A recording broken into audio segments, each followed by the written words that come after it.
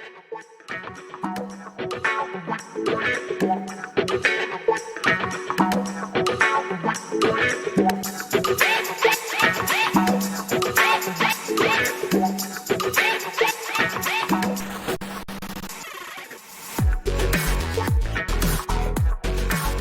my name is Phil Grant of philsgang.com. Welcome to my YouTube channel and the Unfolding of the Stock Market Crash. Now, my task has been to identify for you reasons why the stock market's getting closer to a crash.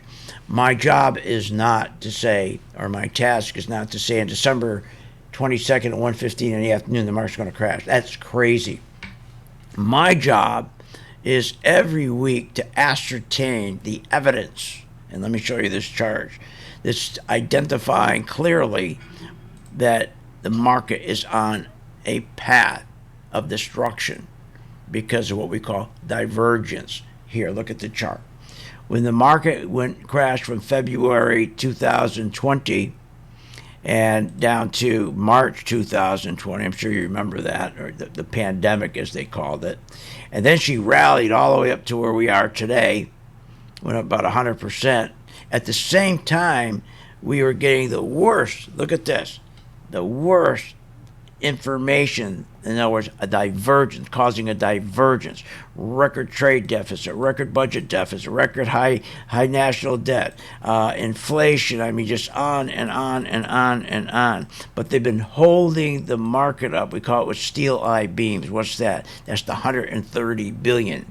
Now, that's how they've been holding the market up, through stock buybacks. Now, we're going to add today, we're going to add three more. We're going to add three more divergence, okay, today. And I'm going to give them to you right now what they are. The divergence today are going to be, one, inverted yield curve. Yes. Now, listen, look at me. The inverted yield curve is so important. The inverted yield curve tells you, it's never wrong, that the stock market is going to go into a recession. An inverted yield curve, the majority of people lend money to the government over 10 years. Very few loan the money over 2 years. But when it inverts, where everybody starts loaning the money to the government over 2 years instead of 10 years, that's very bad. That sends a message from the market, we're going into a recession. Let me tell you how bad it is. In the last month, 30 days, the two-year Treasury increased 73%, while the 10-year went up 5%. That's probably one of the most dangerous inversions we ever had. That's terrible.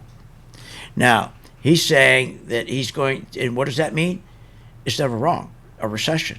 Now, he says today at 2 o'clock, December 15th, he's going to announce tapering and raising rates in a fragile market.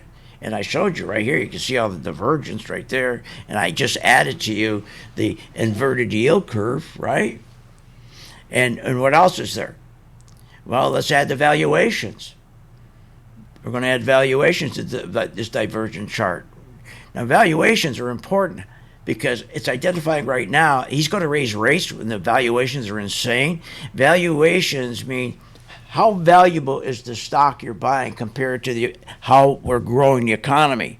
And when you have a divergence of 69, 70%, it's okay. But we're at 206%. The dot-com crashed when the divergent was at 115%. The housing con crashed when the divergent was at 155%. We're at 204%. Sorry, we're at 204%. Next, insider selling. Here, take a look at this chart. I'm going to put it right now. Insider selling. Insider selling. Are you nuts? Insider selling. We've never had insider selling like this. We had just 48. CEOs dump $200 million worth of stocks each because they know we're getting towards a crash. Now, let me tell you how bad this is. When you look at not only the inverted yield curve I just talked about, but the valuation. Now let's look at the insider selling. Remember, 1929, the stock market crashed. because of the amount of money people were borrowing in 1929 to speculate in the stock market. Like today, we have what we call our tourist investors. They've gone nuts. Okay, they're doing everything to buy the market like it's never going to go down again. Worse than 1929. Now let me show you what I mean. In 1929, we had an average, okay, of, I'll draw a line. This is about how much money they were borrowing in 1929 to buy stocks. Now, if we go back during the dot-com and the housing con, they've been borrowing this amount of money right here. You see it right there. You know where we are today? Are you nuts? Look at the amount of money they're borrowing today. Look at this. Huge. Huge. This is insane. So now we add to our divergence not only the inverted yield curve, very dangerous, the valuations are insane, the insider selling, and what keeps on the stock market going up, what we call steel-eyed beams, what keeps that market up, as I told you, it's going in and doing stock buybacks. So let's see what he says today. With all this evidence that we have, and how badly the stock market's doing. This is bad. Inverted yield curves alone is bad. But then what happens? We get guys like Cramer. We get guys like Cramer who come on and say, this is the strongest market they've ever seen. What? Is he nuts? The strongest market he's ever seen? Here, I'm going to play you a clip. This is insane. This is crazy. How can he say something like that? To me, we have the strongest economy perhaps I have ever seen. The strongest economy he's ever seen. Our economic growth going from 6.4, the first quarter 6.6, second quarter 6.4, third quarter went down to 2% growth, and the fourth quarter is going to be 1.8%. What's he, nuts? And we've never had these kind of divergence. This is crazy. So let's see. My guess is this. That if when Powell tried to, or the Fed tried to, remember, taper back on that 120 billion of raised rates in the last quarter of 2018, they did it here because it was the best earnings in history. And when he announced he's going to cut back on that 120 billion a month of raised rates, look what happened. The market dropped about 20%. Then they stopped immediately, and they immediately added to their 4.4 trillion, another 5 trillion to push the market back up. And guess what? The market went back up in 2019 on the worst earnings ever. So the market went down on the best earnings, and then the market went up on the worst earnings. How could that be?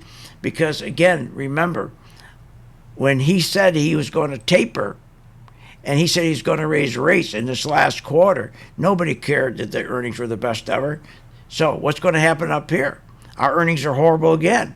So are we going to get the same situation we had back here? Tune in next week. I'll let you know. In the meantime, why don't you join my gang for 10 days free as I continue with this. And I also continue to show my members every day how to sell short. Because when this market does crash, you want to know how to sell short. Okay? Please learn how to sell short. All right, I'll see you on the charts. And let's see what Powell says this afternoon at 2 o'clock.